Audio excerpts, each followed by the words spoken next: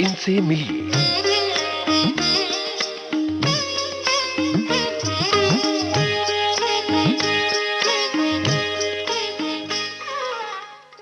प्रस्तुत है कार्यक्रम इनसे मिलिए। इनसे मिलिए कार्यक्रम में आज हम आपकी मुलाकात करवा रहे हैं अभिनेता सदाशिव अमरापुरकर से। आपसे बातचीत की है कांचन प्रकाश संगीत ने। तो चलिए सुनते हैं इनकी बातचीत। श्रोताओं, आज हमारे साथ स्टूडियो में एक ऐसे कलाकार मौजूद हैं, मैं उनका परिचय कराती हूँ, लेकिन उनके बारे में मैं ये कहूँगी कि वो फिल्म लाइन में, स्क्रीन पर एक बहुत ही बुरे इंसान हैं, बहुत बहुत बुरे इंसान हैं। और उनका नाम है सदाशिव अमरापुरकर। सदाशिव जी, मैं खुद अपनी तरफ से, विविध भारती परिवार की तरफ से और विविध भारती के करोड़ों श्रोताओं की तरफ से आपका यहाँ स्टूडियो में स्वागत करती हूँ और उन सब की तरफ से आपको कहती हूँ कि नमस्कार। नमस्कार। नमस्कार। अपनी बचपन की ही याद ताज़ा करें और कुछ बताएं कि कैसे थे वे आपके दिन। मैं एक बहुत छोटे से गांव में पैदा हुआ जिसका नाम अहमदनगर जी। ना वो शहर है ना वो देहात था। तो ऐसे छोटे से गांव में जब मेरा जन्म हुआ और बचपन बहुत अच्छा गया, खेल कूद में गया, स्कूल में जाते थे लेकिन सिर्फ पास होने तक के मार्क हमें मिलते थे। और हमारी पिताजी की एक ही इच्छा थी कि बेटे तुम कभी फेल मत होना, हमेशा पास होना और ग्रेजुएट होना। उसके बाद नौकरी की ज़रूरत नहीं है, हम कुछ भी व्यापार वगैरह कर लेंगे, लेकिन शिक्षा ज़रूर लेना। तो ये बात अच्छी थी क्योंकि सिर्फ पास होना था तो 40-50% हमें मार्क्स मिलते थे और बचा हुआ टाइम हम खेल कूद में, शरारतों में, हर चीज़ में गुजारते थे और हर मौसम का मज़ा लेते थे। इमलियों के दिन आते थे तो इमलियाँ खाते थे, आम के दिन आते थे तो बहुत आम खाते थे, चुराते भी थे। हमारा खेत भी था, उसमें भी बहुत दौड़ धूप करते थे। और जामुन खा के आपका गला नहीं बैठ जाता था? सब कुछ होता था।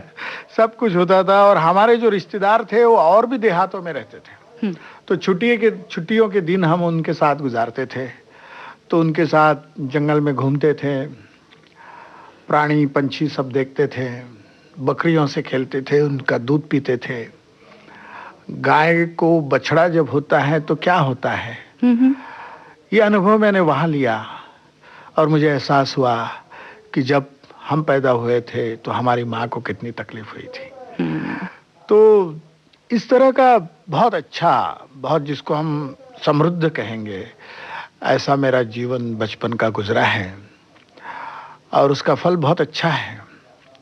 आज जब मैं कहीं भी जाता हूँ, आउटडोर शूटिंग में जाता हूँ या किसी से मिलता हूँ और जब उसको देखकर मुझे एहसास होता है कि ये कहाँ कहाँ से गुजरा होगा ये इंसान, ये आदमी, तो इंसान को समझना, इंसान को जान लेना और उसके बारे में सोचना, ये सब मुझे बचपन में मिला, ये संस्कार। मेरे पिताजी छोटे से व्यापारी थे तो हर तबके के लोग, हर जाति के लोग, हर धर्म के लोग हमारे घर आते थे। तो मैं मंदिर में खेला हूँ, मस्जिद में खेला हूँ। हमारे पीछे मस्जिद थी, उसके पीछे आज भी चर्च है, तो वहीं उसी ग्राउंड पे खेला हूँ। तो मेरे लिए तो कभी धर्म की बात, जाति की बात आई नहीं और ये एक बड़ा अच्छा संस्कार मेरे गांव ने मेरे ऊपर किया है। तो अहमदनगर ही में आपका स्कूल का जो है पूरी पढ़ाई लिखाई वहीं पे हो गई और आप इर्द गिर्द जाते रहे हैं? अहमदनगर में ही मेरी पढ़ाई हुई, स्कूल की, कॉलेज की। वहीं मैंने थिएटर किया, एक्टिंग की। मेरे गांव में पानी कम है लेकिन मेरा गांव छोटा है, मेरे गांव के रास्ते गलत है, मतलब खराब है। हमारा गांव चांद बीबी के नाम गांव से पुकारा जाता है और मुझे तो लगता है कि आज भी अगर चांद बीबी आई तो बिना हिचक के उसी रास्ते पर अपने महल में चली जाएगी। उस जमाने के रास्ते वहां पर है जी। और क्रिएटिव है जी। और मुझे हमेशा ये बात अच्छी लगी है कि मेरे जीवन के हर मोड़ पर मुझे ऐसे इंसान मिले जिसकी वजह से मेरा जीवन दिन ब दिन संस्कारित होते गया। जी, ये जो आपका संस्कारित बचपन है, वही आपका साथ आज भी दे रहा है। जी। आप बता रहे थे कि नगर में रह के ही आपकी शिक्षा दीक्षा वहाँ हुई और इसके साथ-साथ वहाँ पे थिएटर भी आपने शुरू किया। नहीं, वैसे मैं शरारती तो स्कूल में था, मतलब पढ़ाई में दिल नहीं लगता था और मेरे दोस्तों को बताता था कि चलो यार घूमने चलते हैं। और मुझे याद है कि स्कूल में एक दिन मैंने पूरे स्कूल को मेरे साथ लेकर, मतलब हमारी पूरी जो हमारा वर्ग है उनको लेकर, कक्षा को लेकर मैं बाहर निकला था और दिन भर हम घूमकर शाम को घर लौटे थे। पिटाई नहीं हुई थी?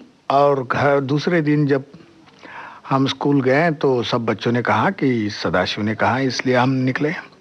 और मुझे ऐसा नहीं लगा कि मैंने कुछ गलती की है।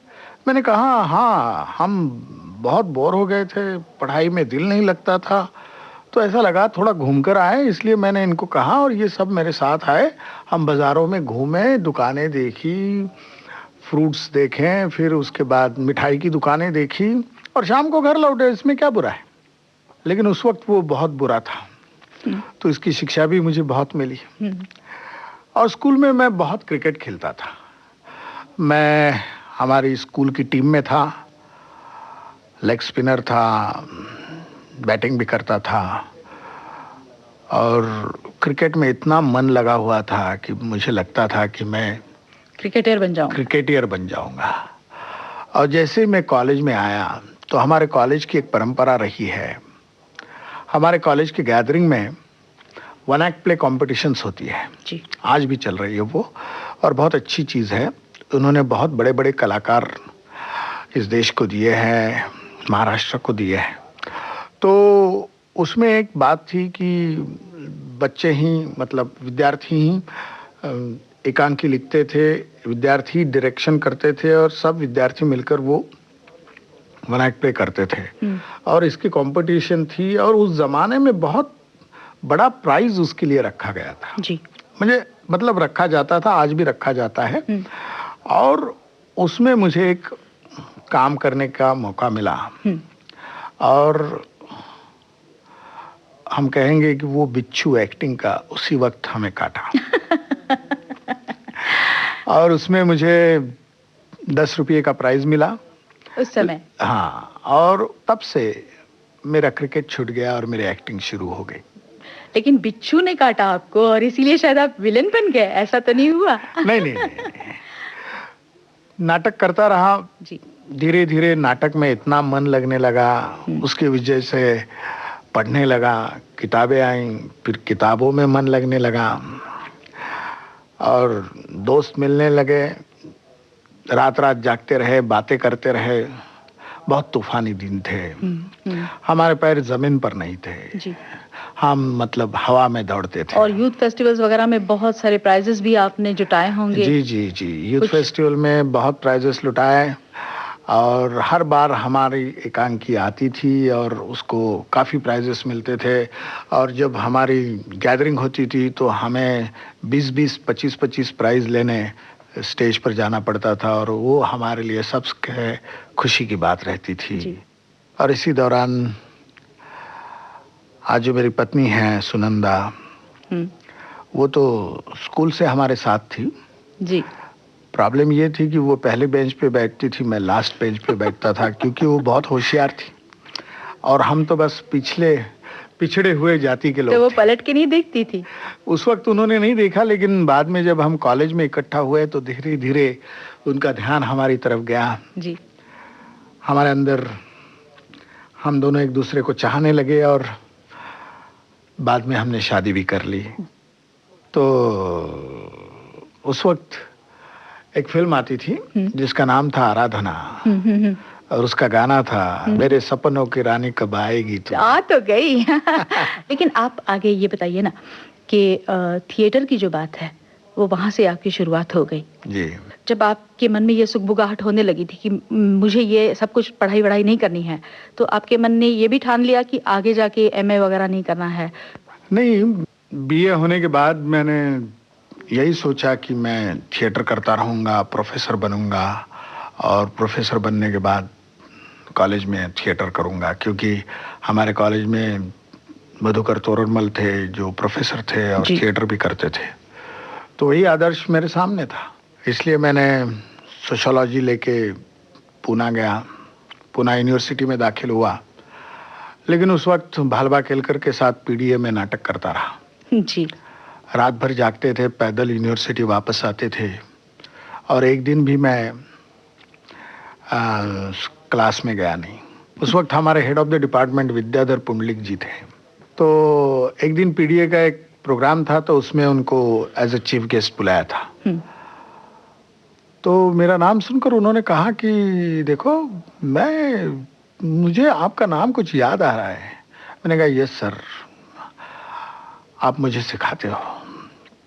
मैं सिखाता हूं तुम्हें? मैंने कहा जी हाँ, लेकिन मैंने तो कभी क्लास में आपको देखा नहीं।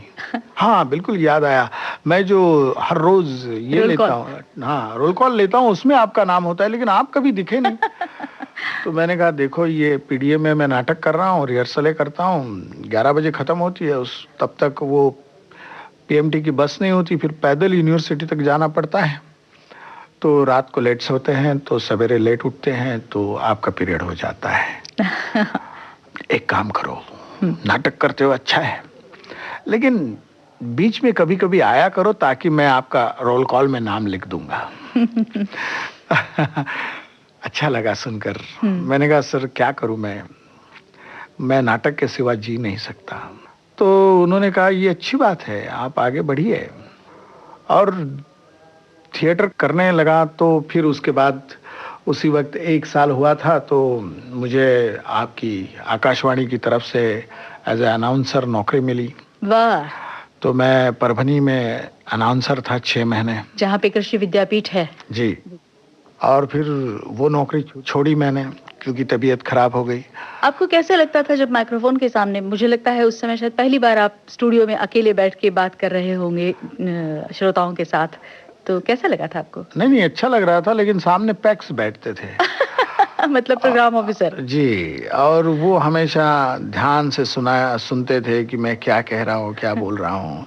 और उस जमाने में गांव में हमें बड़ी इज्जत थी, नया होकर भी, क्योंकि वहाँ एक मराठी प्रोग्राम था आपली आवड़, और वो हम सुनाते थे। और उस वक्त हम अगर तेल लेने जाएं, किसी होटल में चाय पीने जाएं, तो वो होटल मालिक या तेल देने वाला या सब्जी देने वाला हमें कहता था, साहब 2 रुपये कम दो, 1 रुपया कम दो, 8 आना कम दो, लेकिन हमारा नाम लो। एक दिन मुझे एहसास हुआ कि नाटक के अलावा मैं जिंदगी में कुछ नहीं कर पाऊंगा।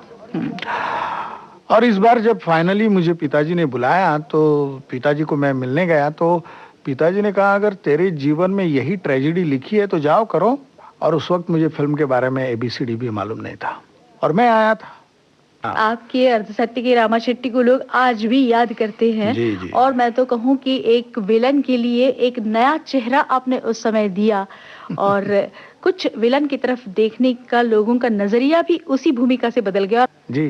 तो सदाशिव अमरापुरकर जी, आप यहाँ विविध भारती के स्टूडियो में आए इसलिए, और श्रोताओं से भी रूबरू हुए, इसलिए हम आपके बहुत बहुत आभारी हैं। धन्यवाद, नमस्कार। अभी आप सुन रहे थे अभिनेता सदाशिव अमरापुरकर से कांचन प्रकाश संगीत की बातचीत। अब इनसे मिलिए कार्यक्रम समाप्त होता है। इनसे मिलिए